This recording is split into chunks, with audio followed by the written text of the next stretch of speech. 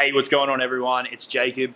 In this video, I want to talk to you about two of the major drivers that cause people to buy things, right? And these are the two things that people use mostly in content, in sales videos, in email, in sales conversations, messenger, on phone calls, all that kind of stuff, in order to get people to buy stuff. Right? I want to talk about those two things separately, and then I want to talk about which one is more powerful, which one you should understand at a deeper level, and which one you should leverage more, but doing it the right way. Okay. Before we dive into that, be sure to subscribe to the channel, click the bell icon so you get notified whenever I drop a new video. Give the video a like if you get any value from it. Leave any questions or comments below. And if you want to get into high-ticket affiliate marketing and work with my team on that, check out the Super Affiliate Accelerator. There's a link in the description. So let's dive into this one. There's two main motivators when you're trying to get people to buy something, right? Now, at a basic level, you're trying to sell a product that can take people from one place to another place, right? And your vehicle is the bridge, or your product is either the vehicle or the bridge between those two places, right? Now, that's exactly the two different points that you can sell based on, right? You can either sell based on the pain of where people are currently at. This applies to marketing too, not just sales, but the pain of where people are currently at, the difficulties of that situation, what's that costing them in real cost, in time, in emotion, in energy, in effort, in the cost of not acting and delaying, the flow-on effect to other people, the cost now, the cost in the future, all of the pain associated with being in that situation now and not leaving that situation ASAP. Okay, that's your first trigger. On the flip side of that, you've got point B, right? You've got that place that they want to get to. And that's when you see people more talking about, well, where do you want to get to? What does that ideal place look like for you? And this is with any product, any niche, right? In fitness, relationships, health, money, whatever. It's the, to use a basic analogy, you've got the heaven and the hell kind of thing. What does that look like for people? And helping people formulate an image of that in their head. Imagine this. What would that be like? Right? What would you do with your day? How would that, what would the flow and effect to other areas of your life be? What would you do with your time? What would you do with the money? Right? How would you feel in this better, more perfect place? They're your two things that you can sell based on. So you can sell and market based on moving away from that point of pain or that, that difficult situation, right? Which is why people buy stuff, to get out of that situation and to solve a problem, right? It doesn't have to be a massive, shitty situation that they're in, but there's a problem, right? They're buying something to solve that problem.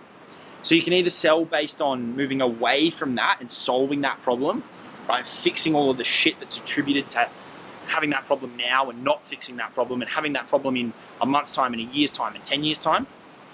Or, and you should use a combination of both, but you can sell based on pulling them towards that more ideal situation, right? So it's a push-pull mechanism, pushing them away from the shitty stuff and pulling them in towards the good stuff, right? Now, during the week, in the Accelerator program, myself and Jamie, one of the guys that helps me run it, we did a call with a dude named Andy Benson, who's a high-ticket sales guy, and ton of experience, ton of business experience, ton of experience in the affiliate marketing space, closing big deals anywhere from $8,000 up to like 50K. And we were talking about motivators to get people to buy stuff, because when you're selling at that level, you've got to understand what makes people tick. You've got to understand what's going to motivate them to do something today instead of in 3 months' time. You've got to understand the triggers that are going to get them to, exchange that much money to, for a product, for a solution, right?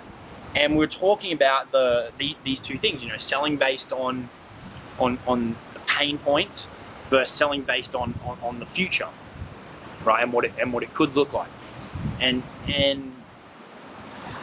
what the reality is that a lot of people don't like, but it's the truth, is that the pain is a much more powerful motivator, right? Now, this can be perceived in the wrong way.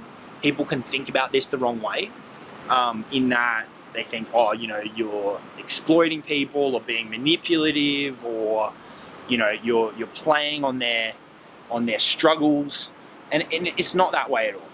It comes down to, if you're in this business of marketing and selling stuff, you have to understand what are the pains and the problems at a deep, deep, deep level, what keeps your audience awake at night, so that your product, and you can position your product as a solution to those problems. Why is it more powerful? Well, on the surface level, none of us like to sit with pain. That if you do, there's some other issues there. But it's pretty obvious that sitting and stewing and being in a problem situation isn't ideal. But it's also more real, right?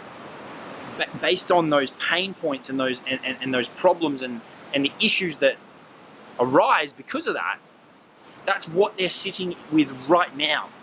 Right, it's got nothing to do with this, perfect future world that people say they want, but they may, even with a ton of help from the best salesperson in the world, or the best marketer with the best copy or the best video, you can help them envisage this future, but they may not be able to really see it. They're not experiencing it. It's not reality. It's just based on, theory about what they think they would like, what they think it'll be like, how they think it'll feel, and that's not nearly as powerful there as plugging into, well, what's the reality of the difficult things that you're dealing with now. And the expression is twisting the knife, but it's a graphic image from a sales perspective, but it really just means extracting those pain points, and then let's dig into them a little bit deeper, right? And this is where the negative perception around sales can come from, or one of the reasons, is that it's naturally assumed that digging into people's pain points is done as a way to get people to do things they don't want to do, right? This is all wrapped in the fact that you've actually got a good product that can actually help people. And if your